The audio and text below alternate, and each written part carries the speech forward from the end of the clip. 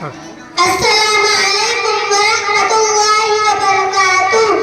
नबियों के सरदार मोहम्मद, उम्मत के गमखोर मोहम्मद, दीन की दौलत आपसे पाई, आपने सीधी राह दिखाई। रहमत आलम बनकर आए, दीन की खातिर पत्थर खाए, जुल्म व सितम का नाम मिटाया, नेकी का गुलशन महकाया।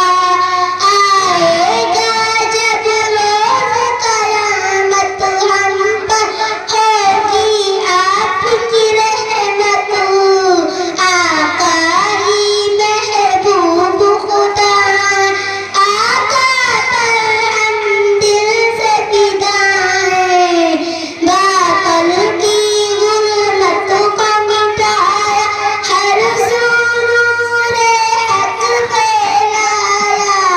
आपकी जो करते हैं इताअत, उनकी करेंगे आप शफाअत। फूल पे आके चश्मे करम वो, दौर खुदा सारा गम है। अस्सलामु अलैकुम वरहमतुल्लाहि वबरकातुह। अब इसके बाद साफलीन नाजिश जन्नतुल खदीजा है और नज़्म पेश करे।